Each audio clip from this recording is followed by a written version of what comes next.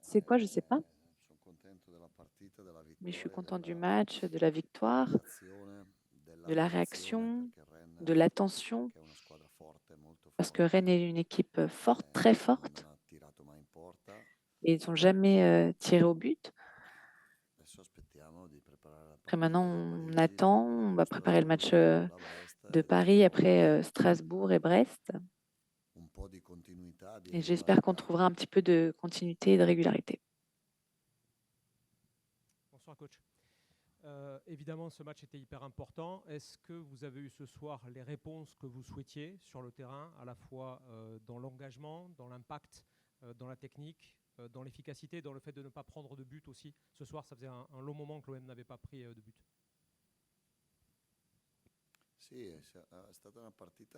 Oui, ça a été un match d'attention la première mi-temps.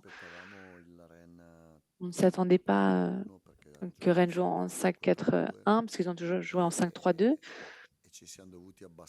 Et donc, on a dû un peu nous baisser, nous replier un peu trop. Donc, on avait du mal à les presser bien comme on l'a fait la deuxième mi-temps. On a réussi à nous imposer un peu plus.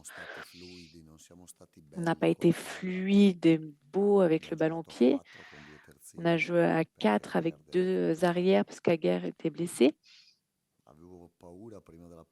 J'avais peur avant le match d'être un petit peu trop déséquilibré avec 4 attaquants. Un arrière qui allait vers l'avant, un des deux milieux qui l'accompagnait, Timber.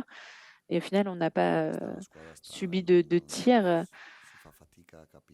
C'est une équipe bizarre, honnêtement, on a du mal un peu à la comprendre. Quand tu joues avec un défenseur en plus, tu encaisses 3 buts. Quand tu joues avec 4 attaquants, plus l'arrière qui pousse, au final, tu ne concèdes aucun tir cadré. Donc, bon, on est content voilà, de nous être qualifiés. Et maintenant, il faut qu'on prépare le match contre le PSG. Non, je voulais vous demander, après tout ce qui s'est passé ces derniers temps, on parlait un peu de crise, la réunion avec les supporters hier, vous avez vu les banderoles avant le match, il y avait quand même beaucoup de pression avant ce match. Est-ce qu'il y a du soulagement, très honnêtement, là maintenant, à la fin de cette qualification? Non, soulagement. Le soulagement, tu l'as quand tu as bonne conscience. Hier, les supporters sont venus, ils ont dit des choses qui étaient justes. Et aujourd'hui, encore une fois, ils ont été à nos côtés, aux côtés de l'équipe, dehors de ces banderoles, ce qui est légitime. Je comprends parce que c'était la vérité qui était retranscrite dans ces banderoles. Et c'est à nous, à ceux qui travaillent, d'apporter cette régularité. Moi, je dis toujours que les supporters sont plus intelligents et comprennent mieux le football que ce que pensent les gens. Et souvent, ils disent la vérité, presque toujours. Donc, s'ils sont déçus parce qu'on a perdu à Bruges, ils ont raison, parce que Bruges, ça a été un match vraiment dont il faut avoir honte, et je le dis une semaine après.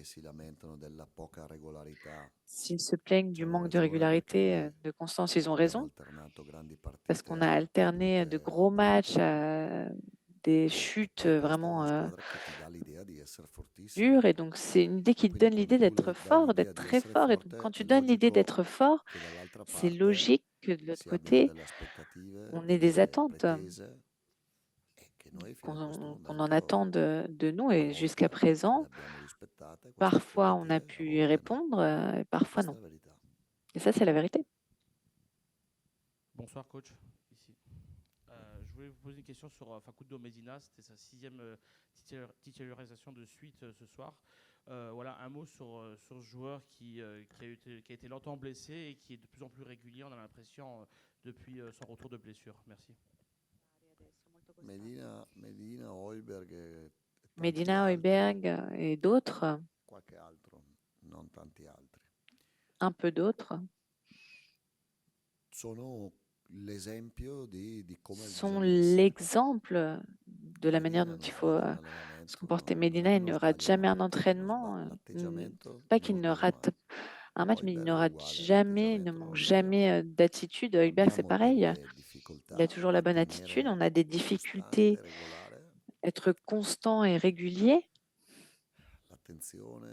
au niveau de l'attention, la concentration, la motivation, l'ambition.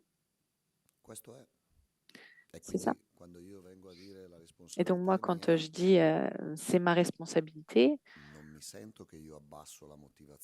je sens pas que je baisse la motivation, la concentration, mais si j'arrive pas à transférer pour tous les matchs cela, alors c'est ma responsabilité.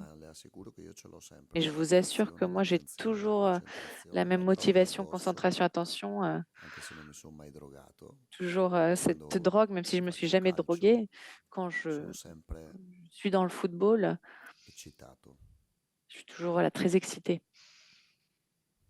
Roberto, bonsoir. Je voulais vous poser une question sur Jeffrey Delange qui a eu peu d'arrêts à effectuer, mais qui a dégagé une certaine sérénité. Vous le côtoyez au quotidien lors des entraînements.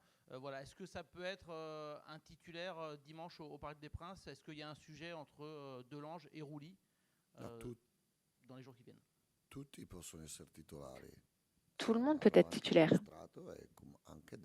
Je l'ai montré et Delange aussi peut absolument. Rouli, il est dans un moment un petit peu compliqué. Mais Rouli n'a jamais une mauvaise attitude. C'est jamais quelqu'un qui sous-estime les matchs, qui ne s'implique pas assez. Ce n'est pas quelqu'un qui a la flemme, toujours professionnel avec sa mentalité. Après, parfois, il fait des erreurs. Voilà, ça peut arriver à tout le monde. En un an et demi, il a fait de nombreux miracles. Il a fait une saison et demie vraiment formidable avec quelques erreurs, mais ça ne veut pas dire que Delange ne peut pas jouer. Roberto, est-ce que vous allez regarder très attentivement le tirage au sort qui peut conditionner le reste de la saison de l'OM? Et est-ce que le meilleur tirage au sort, c'est recevoir?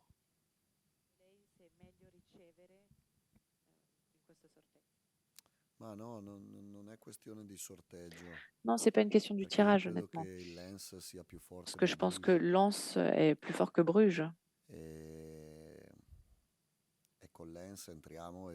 Et contre Lens, on rentre, on remporte le match 3-0, on aurait pu même gagner avec un plus grand écart. Et Lens est premier ou deuxième avec mérite.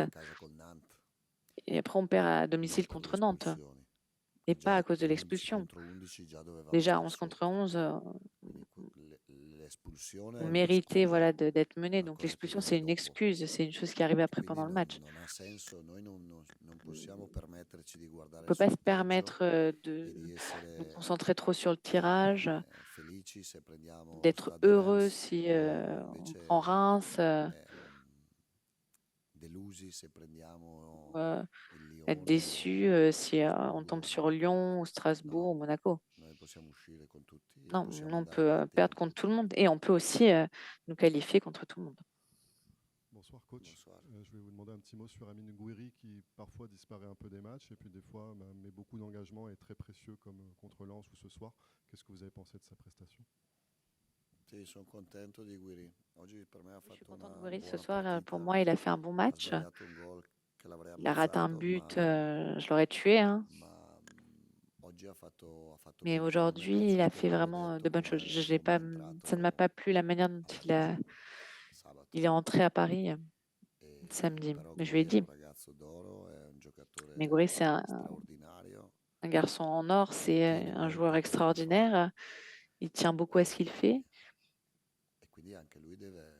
Et donc, lui aussi, il doit un peu augmenter les attentes qu'il a de lui-même. Mais Gouiri, c'est vraiment un joueur très fort.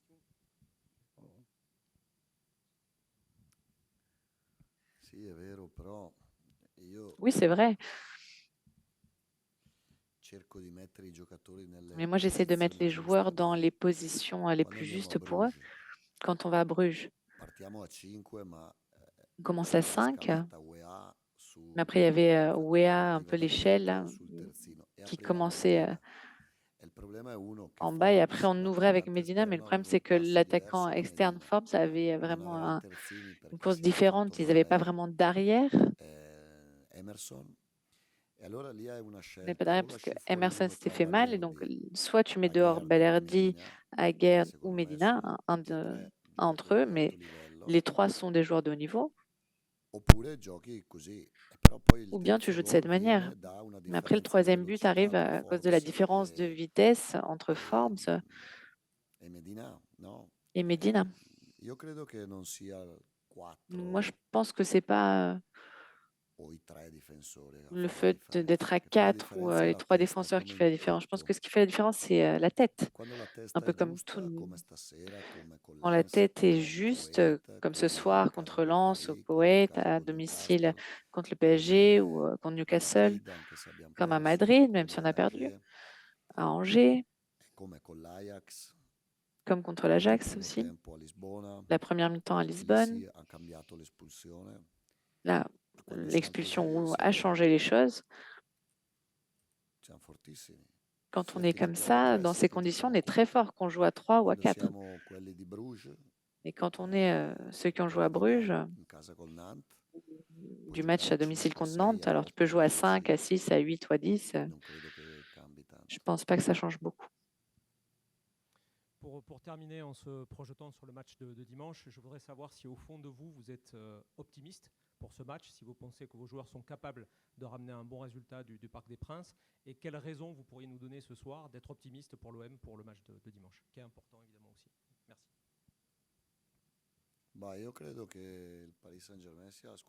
Moi, je pense que le PSG, c'est l'équipe la plus forte d'Europe, pas seulement parce qu'elle a remporté la dernière Ligue des Champions, mais parce que je le pense sincèrement.